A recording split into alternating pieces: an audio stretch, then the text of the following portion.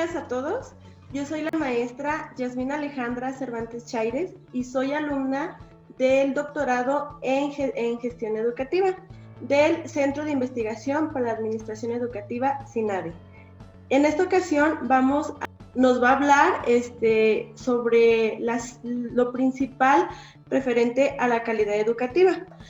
Le damos la cordial bienvenida al maestro. Le damos la palabra, maestro, para que se presente, por favor. Muchas gracias, maestra Yasmín, por la invitación, por hacerme partícipe de esta experiencia académica que me parece muy interesante. Pues agradezco que se me haya considerado. Y bueno, mi nombre pues es Edgar Omar Gutiérrez. Tengo ya 20 años de servicio en la docencia. Me he desempeñado generalmente los 20 años en el subsistema de educación normal del estado de Aguascalientes, específicamente en el CRENA, en el Centro Regional de Educación Normal de Aguascalientes, donde me he desempeñado como profesor investigador de enseñanza superior, que es mi asignación, y generalmente he trabajado en los trayectos formativos de práctica profesional y en los proyectos formativos del área psicopedagógica y de comunicación y lenguaje, sobre todo en la enseñanza del español, que es básicamente en las áreas donde me he desempeñado en mi ejercicio profesional como formador de docentes en el CRENA. También, bueno, he desempeñado actividades de gestión. He sido subdirector de la licenciatura en educación primaria. He estado comisionado como responsable de programas en la subdirección de educación normal en el Instituto de Educación de Aguascalientes, y he tenido también la fortuna pues, de estar al frente de la institución como director del plan, y combinamos las actividades de docencia, investigación, difusión, tutoría, ¿verdad? Nuestra carga académica actualmente está diversificada en esas áreas, ¿no? Llevamos a cabo docencia, llevamos a cabo actividades de investigación y llevamos a cabo actividades de difusión y de tutoría y de gestión académica también. Entonces, a grandes rasgos, bueno, pues es lo que puedo comentar sobre mi trayectoria. Muy bien, maestro, muchas gracias. Bueno, el objetivo de esta entrevista es que a partir de las preguntas y de sus respuestas se pretenda indagar sobre la experiencia, expectativas y realidades que existen en el sistema educativo a nivel superior, que impacta a la sociedad referente al tema de calidad educativa como transformación del sistema, así como el papel que tiene la evaluación como proceso de mejora del aprendizaje. Maestro, la entrevista tiene tres secciones de preguntas. La primera de ellas es sobre calidad educativa y políticas públicas. La segunda, calidad educativa y transformación. Y la tercera, la evaluación como proceso de mejora del aprendizaje. Entonces vamos a comenzar con la primera sección. Y la primera pregunta es, ¿usted considera que el entorno empresarial impacta en las políticas públicas relacionadas con la educación? ¿Y por qué? Yo creo que sí. A mí me parece que la iniciativa privada o el sector empresarial tienen una incidencia importante en la construcción de políticas públicas, sobre todo en educación. Creo que la educación está siempre en función del sistema socioeconómico del país. O sea, no puedes entender un sistema educativo que esté al margen de las estructuras socioeconómicas del país. Es decir, siempre la educación tiene que atender a las necesidades sociales, económicas, políticas de cualquier país, en cualquier momento histórico. En este caso considero que sí tiene una influencia importante, sobre todo en nuestro país, donde pues generalmente se adoptan estructuras socioeconómicas un poquito más hacia la parte neoliberal. Creo que sí hay una influencia importante, sobre todo si hablamos de un determinismo económico, donde la economía pues ahora obviamente determina cuál va a ser el rumbo que va a tomar todos los ámbitos de la sociedad. En este caso la educación tiene, esta parte tiene un impacto muy importante. Yo creo, siempre cuando se habla de educación, la educación tiene una función social. Sí. Siempre la educación tiene una función social, y en este caso, la función social de la educación tiene que ver, obviamente, con formar individuos, ¿sí? con las competencias profesionales necesarias para poder adaptarse y funcionar exitosamente en la sociedad, para poder obtener un desarrollo humano digno. El individuo tiene que desarrollar, valga la redundancia, pues sus competencias, sus capacidades, para que él pueda de alguna manera adaptarse a la sociedad. Y bueno, aquí hay algo interesante. Siempre cuando se habla de educación, cuando se habla de formar a un individuo, en teoría curricular, siempre cuando se está construyendo un proyecto educativo o una propuesta curricular, siempre hay una disyuntiva desde la fuente sociológica. O formamos un individuo para la transformación social, o formamos un individuo para el conservatismo social. Cuando hablamos de conservatismo social es formar un individuo que se adapte perfectamente a lo que hay, a las condiciones socioeconómicas del país, que salga y sea una persona que pueda actuar efectivamente, eficazmente en las estructuras socioeconómicas que ya están dadas. Ese es el conservatismo social, pero cuando hablamos de transformación social es hablar de formar un individuo que pueda generar cambios, que pueda ser un agente de transformación social. Entonces, yo considero que las políticas públicas en nuestro país están más orientadas, aunque en el discurso pedagógico luego sí se maneja que hay que formar individuos críticos, etcétera. Yo creo que está más orientada a formar individuos hacia el conservatismo social, hacia adaptarse pues al sistema socioeconómico del país, ¿no? Entonces, ese podría ser mi respuesta. Ok, maestro, muchas gracias. Y para usted, ¿qué es la calidad educativa? Bueno, yo creo que la calidad educativa es una cuestión compleja y creo que multifactorial. Creo que primero, para hablar de calidad educativa, se necesita primero comentar sobre cuáles son los parámetros e indicadores a los que queremos llegar. Por ejemplo, como sociedad, en este momento histórico, como sociedad, ¿qué tipo de individuo queremos formar? ¿Para qué? Y en ese sentido se pueden construir parámetros, indicadores que nos permitan ver si el logro de esos parámetros, indicadores, se está dando, pues se está dando la calidad educativa. Pero todo va en función de qué tipo de individuo queremos formar. Por ejemplo, si hablamos de brindar calidad educativa, pues es brindarle a los niños jóvenes, incluso adultos, pues ahora sí que las competencias profesionales necesarias para que obtengan un buen desarrollo humano dentro de su entorno social, ¿verdad? Y cuando hablo de eso, también hablo que es muy importante comentar que es multifactorial, porque pues también la calidad educativa, para que esto se dé, para poderle brindar todas esas competencias a los individuos y hablar que se está logrando la calidad educativa, para que esto se dé, se tiene que impactar en todos los procesos educativos. Hablo de que tiene que haber recursos, ¿sí? Los recursos son muy importantes, los recursos educativos, háblese de espacios educativos, háblese de materiales educativos, de lo que sea.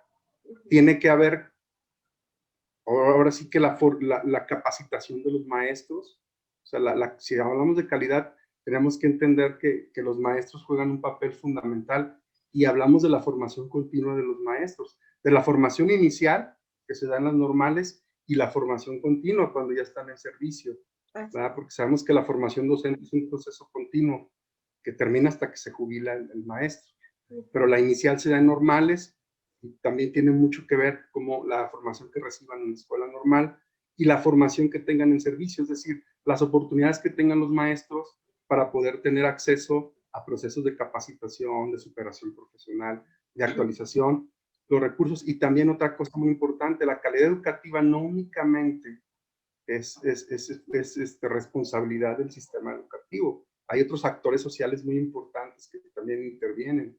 En este caso, pues la familia, en este caso, pues los medios de comunicación, la misma comunidad, etcétera. Entonces, por eso digo que es una cuestión multifactorial.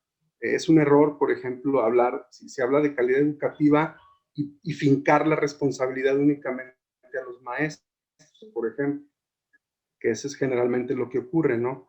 Que en esta cuestión de la reforma que se evaluaban los maestros, se decía que pues los maestros éramos los responsables de la calidad educativa. Claro que sí, tenemos una gran responsabilidad, pero no somos los únicos, ¿no? Hay otros ámbitos y otros factores que inciden en los procesos educativos que se tienen que dar para que se dé la calidad educativa, para llegar a lograr esos estándares de calidad que de alguna manera en las políticas públicas se ven reflejados y que queremos alcanzar.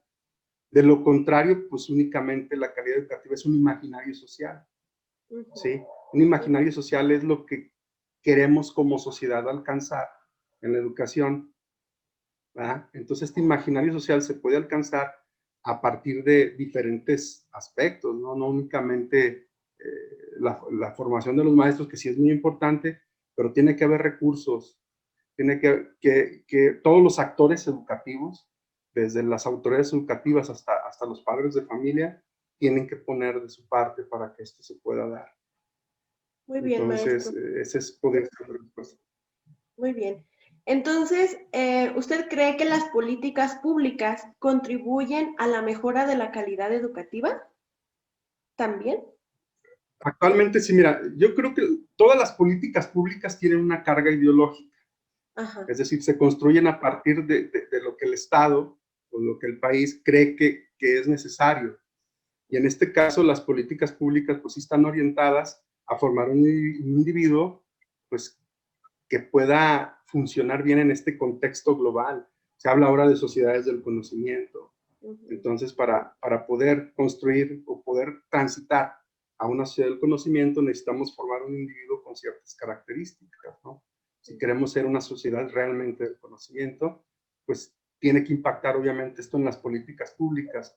Pues la política pública determina el proyecto educativo y el proyecto educativo obviamente determina los planes y programas de estudio y en este caso, pues la función del maestro dentro del aula. Muy bien, Pero yo creo maestro. que en este caso sí tienen un impacto. Ok. Maestro, ¿y es necesario innovar para mejorar? Yo creo que sí. Cuando hablamos de innovación, la innovación implica la transformación. ¿Sí? No se puede hablar de un proceso de innovación educativa si no existe una transformación real. Yo creo que sí. Por ejemplo, te lo voy a poner muy simple, en la práctica docente. En la práctica docente, si queremos innovar nuestra práctica docente, implica una transformación de nuestro quehacer educativo cotidianamente. Implica identificar situaciones que tenemos que transformar de nuestra práctica, incorporar nuevos elementos a la práctica para poder responder a las nuevas necesidades y poder generar, ahora sí, propuestas educativas, poder generar, ahora sí que situaciones de aprendizaje que realmente tengan un impacto real en los alumnos, ¿no? Pues yo creo que sí, la innovación por sí misma implica la transformación. No puedes hablar de que se hizo una innovación educativa si no se transformó nada. Yo creo que sí, sí es innovar y implica transformar. Ok, maestro. Bueno, vamos a la segunda sección, que precisamente es sobre la calidad educativa y la transformación.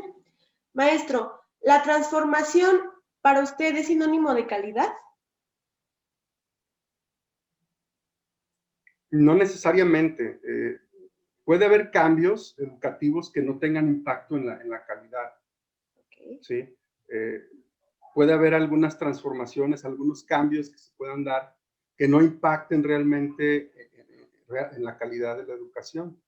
No necesariamente una transformación o un cambio va a impactar en la calidad educativa. Todo depende, ahora sí, de cómo se den estos procesos, si son pertinentes o no. Yo aquí la palabra clave es la pertinencia. Si tú incorporas un proceso de innovación educativa que sea pertinente, obviamente vas a tener un impacto en la calidad educativa. Si no hay pertinencia y eficacia en los procesos de innovación, no vas a transformar nada, no va a tener un impacto real. en la calidad educativa. Esa sería mi respuesta. Muy bien, maestro. Y en cuestión a la pandemia, ¿usted considera que la calidad educativa ha mejorado con la educación a distancia? No creo. No, yo pienso que uno de los grandes retos desde las políticas educativas con este asunto de la pandemia son y no únicamente con la pandemia, sino que esto ya viene desde que se incorporaron las TIC a educación. Hay un reto que no se ha logrado, son las brechas digitales. Las brechas digitales, hablamos de dos aspectos para mí muy importantes. Una, el acceso a la tecnología. No todos los niños tienen acceso a la tecnología. O sea, ahí hay una desigualdad, no hay equidad, pues, en este sentido. Y esta brecha digital yo creo que es un asunto que se tiene que trabajar urgentemente, porque sabemos que, pues, que vivimos en un país polarizado, vivimos en un país donde hay mucha desigualdad social y hay niños que realmente, pues, no tienen acceso a los mismos recursos tecnológicos. eh, Eso es por un lado. También la brecha digital tiene que ver con los maestros, la capacitación de los maestros, ¿no? Hay maestros, pues, que ya tienen las herramientas, ahora sí, pedagógicas, para poder trabajar a distancia, para poder usar plataformas, para poder usar un dispositivo tecnológico para poder incorporarlo a su práctica docente, pero hay profesores que no tienen esas herramientas todavía. Entonces también otro reto, otra brecha digital, pues sería la capacitación de los maestros para poder explotar realmente la tecnología, poder incorporar recursos tecnológicos a nuestro quehacer pedagógico. Eso es un reto. Y creo que esa es otra de las brechas digitales que hay que trabajar. Por un lado, pues el acceso a la tecnología, tanto de lo que pienso que de los alumnos, y por otro lado, la otra brecha digital, pues la capacitación que tienen o las herramientas que podamos tener los docentes para poder realmente trabajar con estos recursos. Fíjese, yo en mi práctica docente me doy cuenta también que aparte de eso, también se necesita mucho el apoyo de los padres de familia, porque realmente no muchos apoyan por diferentes circunstancias, ya sea porque tampoco ellos saben, también hay una brecha digital en ellos, que ellos tampoco no tienen la capacidad o las herramientas más bien para poder trabajar estos contenidos. Entonces, como usted lo mencionaba al principio, pues es que para hablar de calidad educativa y hablar simplemente de educación, se necesita el trabajo de todos, ¿verdad? Así como maestro, alumno, padres de familia, sociedad en general, medios de comunicación. Por ejemplo, yo ahorita en mi labor, los niños se les dificulta mucho, en primera, que por ejemplo, los horarios de mi grado en la televisión de aquí de la región no pasan en la mañana, pasan hasta en la noche. Entonces ahí es otra situación, ¿no? Y aparte los programas, o sea, los niños están atentos 15 minutos y ya se les fue el interés y es difícil trabajarlo de esta manera. Entonces, yo concuerdo con usted, maestro, de que creo que ahorita no se ha mejorado la calidad educativa porque pues estamos en una situación muy compleja y muy difícil, a pesar de que durante años se ha trabajado el trabajo, ¿cómo se dice?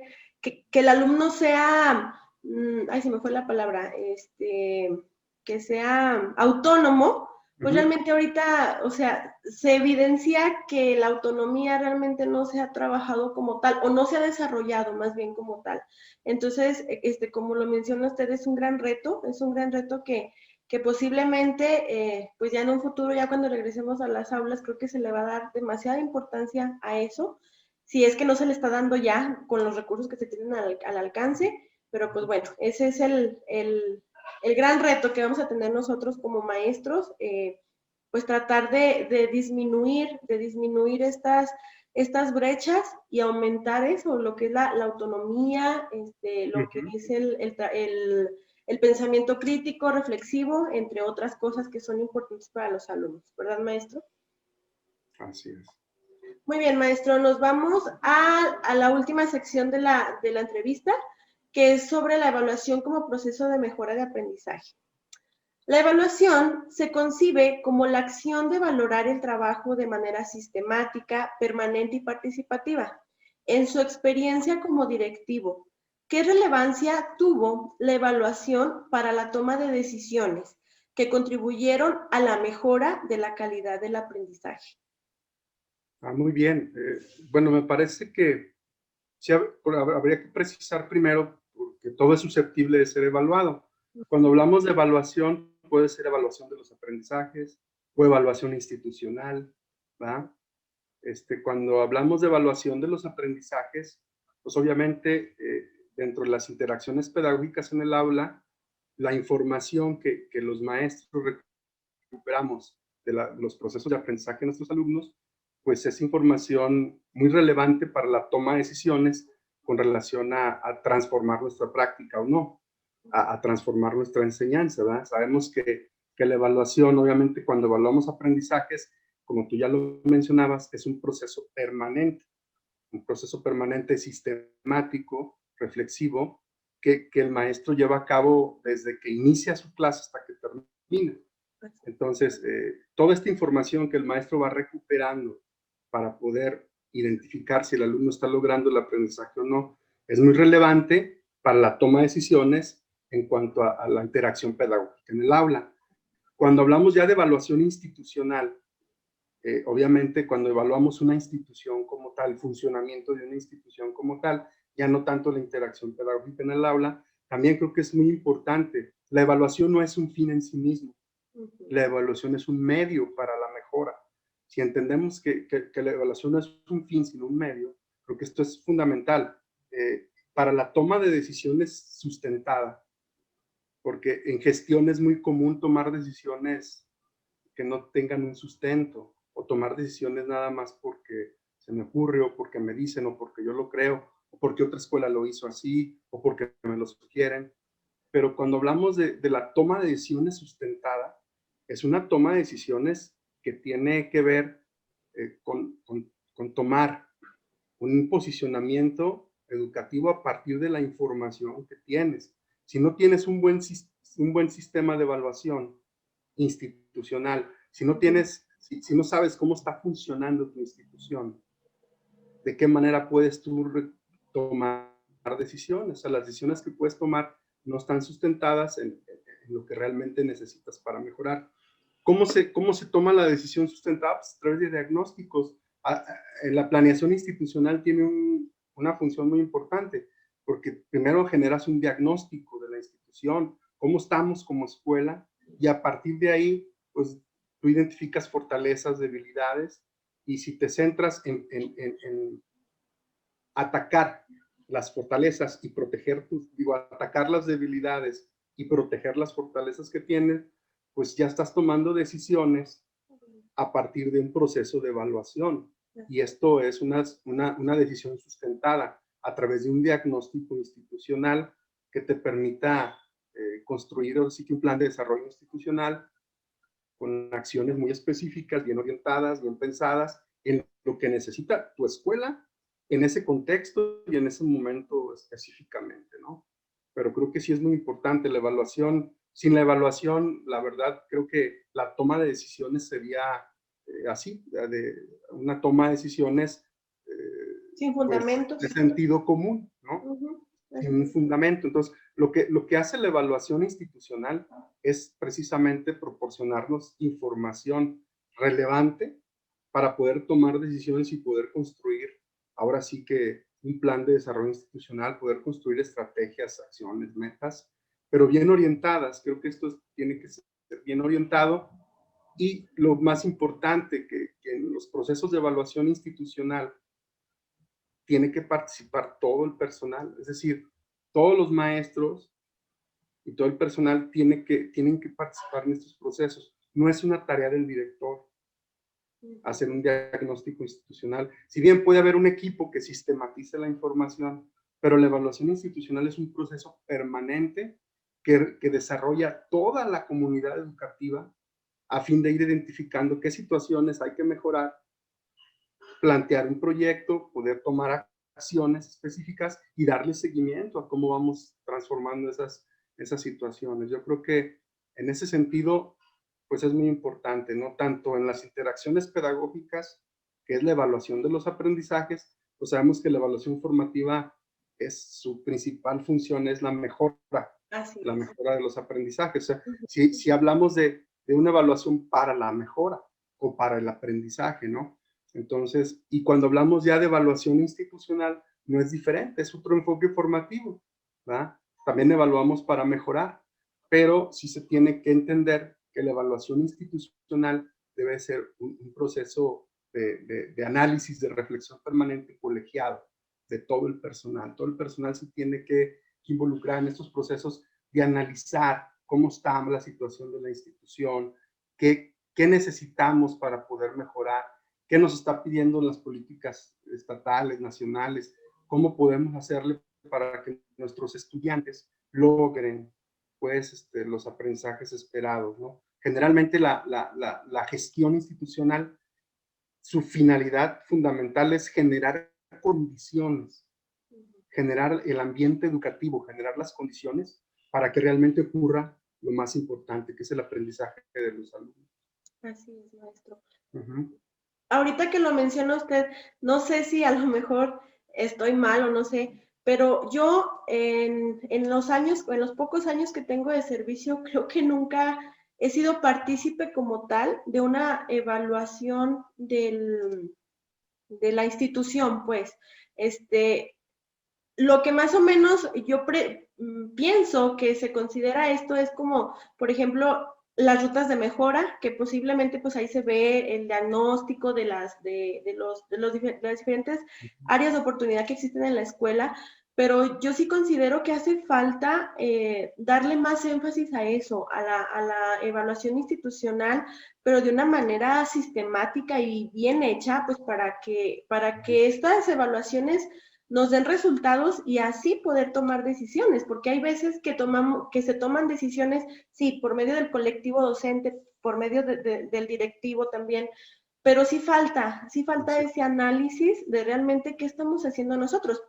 Por ejemplo, yo ahorita en la actualidad, yo les comentaba a mis compañeros en el consejo técnico, yo les decía, yo la verdad hice una evaluación antes de salir a vacaciones, donde los padres de familia evaluaron mi trabajo, o sea, lo que yo había hecho desde que inició el ciclo escolar hasta diciembre. Yo a lo mejor me puse en un papel o estuve a lo mejor en el riesgo tal vez de recibir críticas negativas. Sin embargo, yo lo hice porque yo necesito saber si realmente lo que yo estoy haciendo con mis alumnos está funcionando y no. Claro. Uh-huh. Afortunadamente recibí comentarios buenos, pero también recibí comentarios malos. Entonces, ¿qué hago yo? Ok, valoro las situaciones y digo, ok, entonces si esto no está funcionando, lo voy a hacer de esta otra manera, pues para que los alumnos aprendan. Entonces, muchos maestros considero que le tienen miedo a eso, a que sean evaluados, y en este caso por los padres de familia, porque es una situación delicada, pero yo considero que es importante, porque realmente ellos son los que ahorita nos están apoyando muchísimo en el aprendizaje de los niños. Entonces, comentarios buenos y comentarios malos se deben de tomar en cuenta, pues, ¿para qué? Para la mejora de mi labor como docente y para la mejora de los aprendizajes, ¿verdad, Claro. maestro? Sí, sí, en términos de evaluación de los aprendizajes es fundamental, o sea, es muy importante entender eso, entender que la evaluación es parte inherente del proceso de enseñanza y aprendizaje. Si entendemos que la evaluación es parte del proceso, no como algo aparte o no como una cosa que se hace independiente, bueno, pues ya llevamos un avance. ¿Por qué? Porque hay un dicho que dice, dime cómo evalúas y te diré cómo enseñas, ¿no? Entonces, la evaluación, si tú haces una buena evaluación formativa, pues estás trabajando de una manera constructiva, estás trabajando bajo un enfoque, ahora sí, de socioconstructivismo, estás trabajando con un enfoque por competencias, estás ahora sí que trabajando acorde a los principios pedagógicos que se establecen, ¿verdad? No puedes tú decir que tú haces evaluación formativa si no trabajas conforme a los enfoques pedagógicos actuales. Un enfoque pedagógico actual implica ya de por sí hacer buena evaluación formativa, es decir, no puedes separar la evaluación del aprendizaje. Así es. No lo puedes separar, son dos caras de la misma moneda, ¿no? En este caso así es. No hay maestro que diga, a ver, yo hago buena evaluación formativa, pero que trabaje de manera tradicional, pues entonces no está haciendo evaluación formativa. ¿Sí me doy a entender? Esa es la idea. Es muy importante en cuanto a la evaluación de los aprendizajes, eso, entender que la evaluación desde una perspectiva formativa es ese proceso que sí te va a permitir, obviamente, mejorar el aprendizaje de los alumnos y y adaptar tu enseñanza a las condiciones que realmente necesita el alumno. Porque también cuando hacemos un diagnóstico en la clase, nos damos cuenta realmente de lo que necesita, porque tú puedes llevar una propuesta educativa muy bonita y todo lo que tú quieras, pero si no es pertinente para lo que necesitan los alumnos en ese momento, no va a tener un impacto en su aprendizaje. Pues también desde ahí empezamos, ¿no? ¿Sí? Pues Perfecto. para hacer buena evaluación formativa, en el aula, ¿qué tenemos que hacer los maestros? Pues primero, el alumno debe tener claridad sobre lo que va a aprender y sobre lo que se debe evaluar. Si el alumno no tiene claridad sobre lo que va a aprender, el maestro debe de tener claridad sobre lo que va a evaluar, es decir, qué tipo de aprendizaje esperado va a evaluar, cuál es el nivel de demanda cognitiva del aprendizaje esperado que va a evaluar, si va a evaluar un conocimiento, si va a evaluar un proceso cognitivo, qué va a evaluar y a partir de ahí tomar decisiones con relación a qué métodos, qué técnicas, qué estrategias de evaluación utilizar, qué instrumentos utilizar. También hay que generar evidencias de aprendizaje, es muy importante, porque obviamente cómo nos damos cuenta si el alumno está aprendiendo o no, pues pueden ser evidencias escritas o incluso una misma participación oral, es una evidencia de aprendizaje, no necesariamente escrita. Hacer que haya evidencias. Otra cosa muy importante que no puede faltar en la evaluación es la retroalimentación o realimentación, como le quieran llamar, que esto es fundamental. Si no existe esto, obviamente no estás haciendo buena evaluación formativa. Y entender que la retroalimentación pues tiene ciertos niveles, ¿verdad? Un nivel descriptivo, un nivel valorativo, un nivel ya autorreflexivo, ¿no? Y generalmente nos quedamos a un nivel muy valorativo, es decir, nada más le decimos al alumno si pasó o no, o le ponemos un 10, un 8, pero el alumno no sabe por qué. Digo, la evaluación la retroalimentación tiene que tener un impacto afectivo y cognitivo. Un impacto afectivo, obviamente, si tiene un 10 el alumno, pues le vas a levantar su autoestima. Si tiene un 5, se va a sentir mal. Tiene un impacto afectivo, pero no tiene un impacto cognitivo. Ese 10 y ese 5 no le sirve para mejorar su aprendizaje. Ajá. Cuando realmente hay un impacto cognitivo es cuando hay una buena realimentación o retroalimentación. Un impacto cognitivo es cuando tú le dices al alumno en qué está mal y por qué y en qué tiene que mejorar, o incluso lo haces que piense él mismo en qué tiene que mejorar, y en ese sentido ahí hay un impacto cognitivo de la retroalimentación. Entonces, entender esto, otra cosa muy importante, pues es hacer también responsable al alumno de su propia evaluación, ¿verdad? Hacer la parte de autoevaluación, ¿no? de autorregulación del aprendizaje, que es muy importante, y el trabajo colaborativo, que es la coevaluación. Yo creo que si se dan estas condiciones, el maestro incorpora estos aspectos en el aula, podemos estar hablando ya de una buena evaluación formativa, ¿no? Muy bien, maestro. Bueno, esas serían todas las preguntas. Muchísimas gracias por haberlas respondido. Realmente creo que estas actividades dejan muchísimos aprendizajes porque nos permite pues intercambiar ideas de lo que se está viviendo ahorita y de lo que se ha vivido siempre, ¿verdad? En cuestión de lo académico. Entonces, esperemos que realmente también estos tipos de cosas que estamos haciendo, pues también contribuyan a la mejora, ¿sí? Porque creo que conocer la perspectiva que tiene otro colega, maestro, pues es muy importante también para hacerse uno reflexionar. ok, estoy haciendo las cosas bien y qué tal que si las hago de diferente forma, pues para precisamente pues para mejorar este proceso, ¿verdad, maestro? Muchísimas gracias por todo el apoyo recibido y pues no queda más que felicitarlo también por su labor, maestro. Desde que estaba yo en la normal considero que es un excelente maestro y Muchas estoy gracias. completamente segura que sigue así. Y pues muchísimas gracias, profe. No, pues al contrario, pues te agradezco la invitación. Creo que estos espacios, como tú ya lo mencionaste, son muy importantes, este tipo de espacios académicos donde se discutan este tipo de situaciones para compartir. A mí me da muchísimo gusto ver exalumnos eh, así, ya con posgrados, siguiendo con una preparación académica ya un poco más elevada y sobre todo con el compromiso con su preparación. Yo creo que si los maestros asumimos un compromiso con nuestra propia formación, así lo tomamos en serio, pues otra cosa sería, ¿no? A mí me da mucho gusto ver cómo has crecido. Desde que eras alumna, bueno, pues obviamente se nota el compromiso, pero no eres ni la sombra de la Yasmín que salió del tren ahorita. El bagaje que tienes, pues ya es mayor, se nota en tu lenguaje, en la forma como te expresas, lo que sabes, me parece que has crecido mucho y eso me da mucho gusto. Y pues estamos a la orden, cualquier cosa, pues aquí estamos para seguir compartiendo y pues seguir aprendiendo mutuamente, ¿no? Muchas gracias. Claro que sí, maestro. Muchísimas gracias.